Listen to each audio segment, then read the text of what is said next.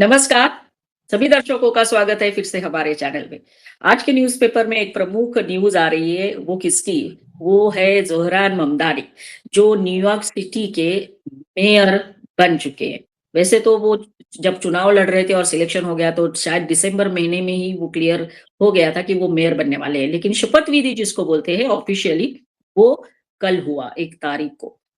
तो बात क्यों कर रहे हैं हम ज़ोहरान ममदानी की? क्योंकि ज़ोहरान ममदानी जिस तरह से बात करते हैं और पर्टिकुलरली भारत के लिए बात करते हैं, तो भारत के प्रधानमंत्री की नीतियों का विरोध करते हैं, साथ-साथ जब वो चुनाव लड़कर आए थे और भाषण दिया था सर, तो वहाँ पर भी उन्होंने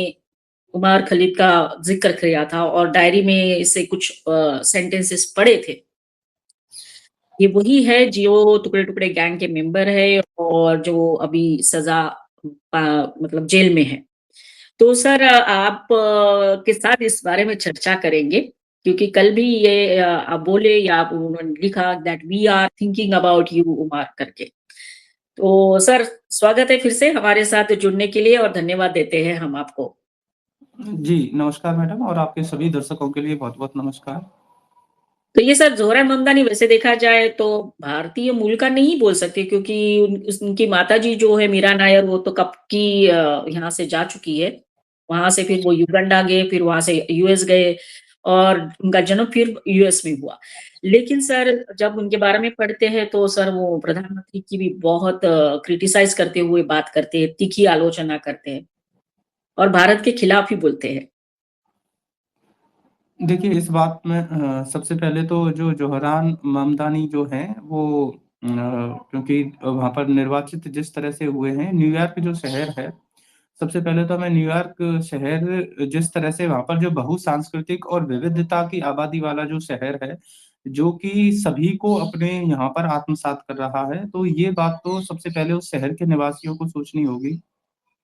कि राजनीतिक विचारधारा के नाम पर जिस तरह से आप सभी को अपने अंदर आत्मसात करते हैं, क्योंकि जिस पार्टी से ये बिलॉन्ग करते हैं वो डेमोक्रेटिक पार्टी है और जब आप केवल लोकतंत्र के नाम पर जब आप सभी को उसमें अपने अंदर लेते हैं, तो कुछ नियम आपको अपनी पार्टी के अंदर भी बनाने होंगे।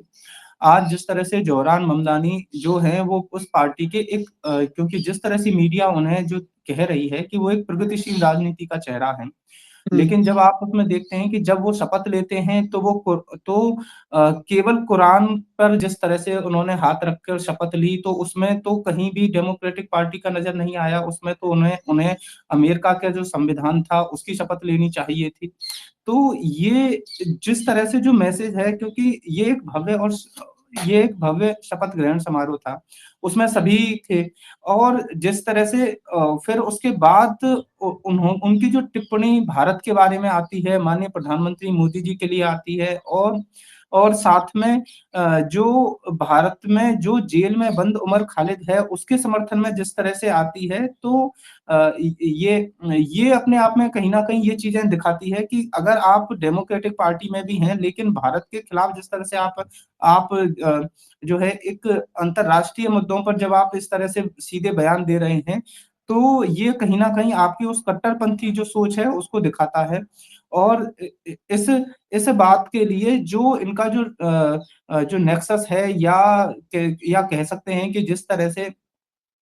इन सभी जो भारत विरोधी जो लोग हैं, इनका यहाँ से लेकर और अन्य देशों में भी जिस तरह से एक कनेक्टिविटी है, तो वो कहीं न कहीं ये चीज़ दिखाता है कि किस तरह से ये भारत के खिलाफ कहाँ तक जा सकते हैं, बोल सकते हैं। और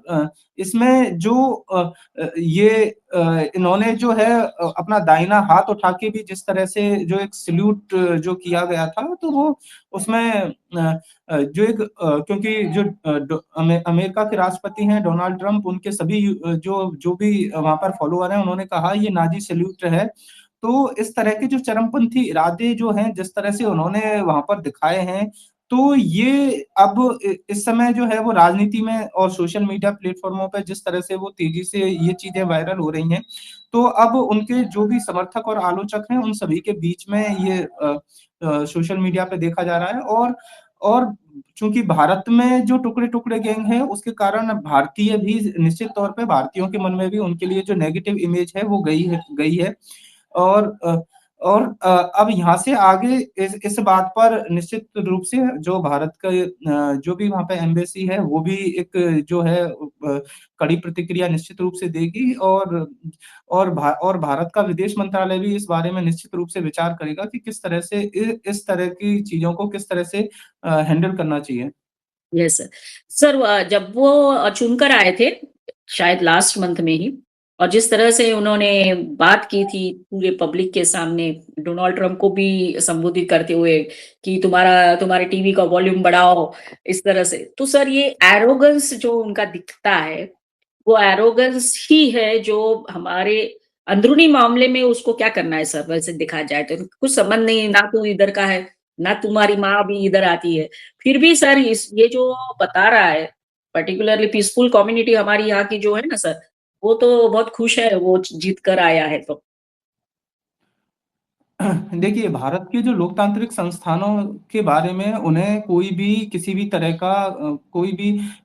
वो इस तरह से कोई बात उठाएँ ये कहीं भी जायज़ नहीं है और जहाँ तक भारत में जो कोई अपराधी है उसके समर्थन में आप जिस तरह से बोल रहे हैं, क्योंकि ये उमर खालिद जो हैं वो भारत में जो यूएपीए जो गैर-कानूनी गतिविधियाँ जो हैं, उसके तहत बंद हैं और पिछले लगभग 5 वर्षों से बंद हैं और भारत के लिए जिस तरह से जो है उसके लिए अब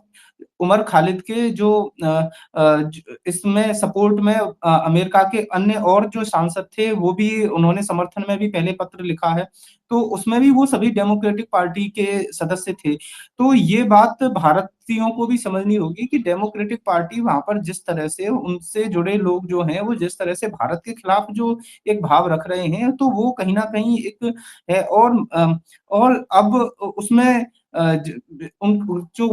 कई कई सांसद हैं, उस किसी का व्यक्तिगत नाम ठीक नहीं, लेकिन जो इस तरह के जो इंटरनेशनल मुद्दे हैं, उनमें कानूनी मापदंड जो हैं, उनके उनके साथ ज़रूर निश्चित तौर पे एक तालमेल रखना चाहिए क्योंकि अगर कोई न्यायिक कार्रवाई हो रही है, तो उसमें खालिद को भी पूरी प्रक्रिया का जो है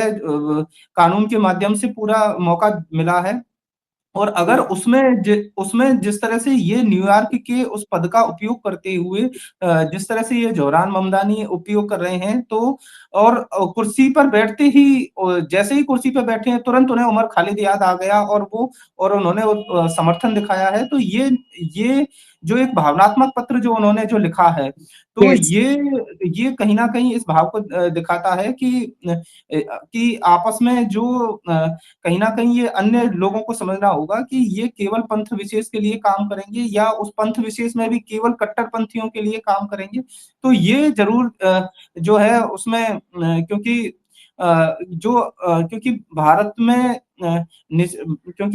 क्योंकि भारत में जिस तरह से आतंकवाद के कारण या भारत में जो इस तरह की जो कट्टरपंथी विचार के कारण जिस तरह से भारत को लगातार चुनौतियों का सामना करना पड़ रहा है, तो ये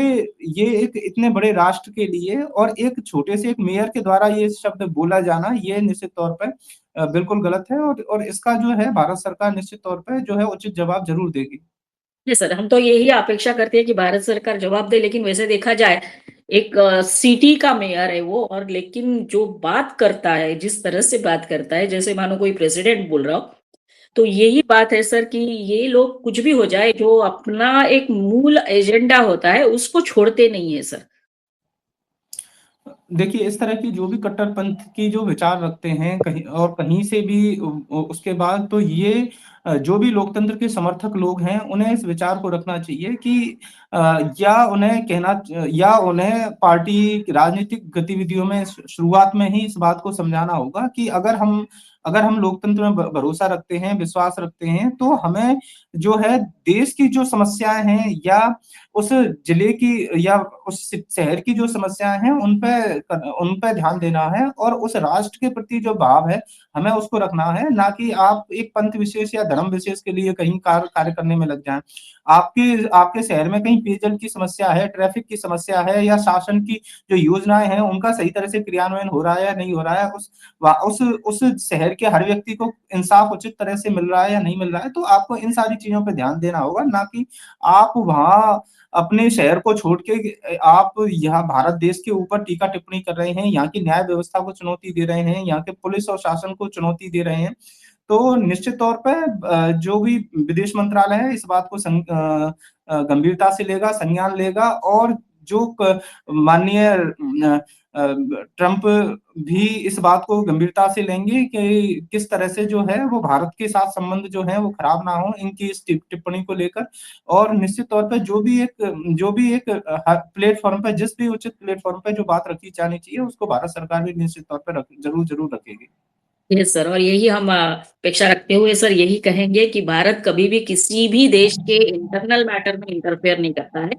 और ना ही किसी को अलाउ करता है। ये बात जरूर जोहरान ममदानी को याद रखनी चाहिए। आप चाहे कुछ भी बोलो वहां से, नो डाउट, बट हम हमारी नीतियों पे कायम रहेंगे और देश की सुरक्षा के साथ कोई भी समझौता नहीं होगा, चाहे वो किसी भी रूप में हो। तो सर धन्यवाद वंस अगेन, आप हमारे साथ जुड़े और सभी दर्शकों को कहेंगे कि जरूर ये वीडियो देखिए, क्योंकि हमारे यहाँ देश में कोई ऐसे बहुत सारे लोग हैं, ऐसे बहुत सारे पीसफुल लोग हैं जो ममदानी के आने से बहुत खुश है। तो आप भी सोचिए और सत्य के पटल पर उसको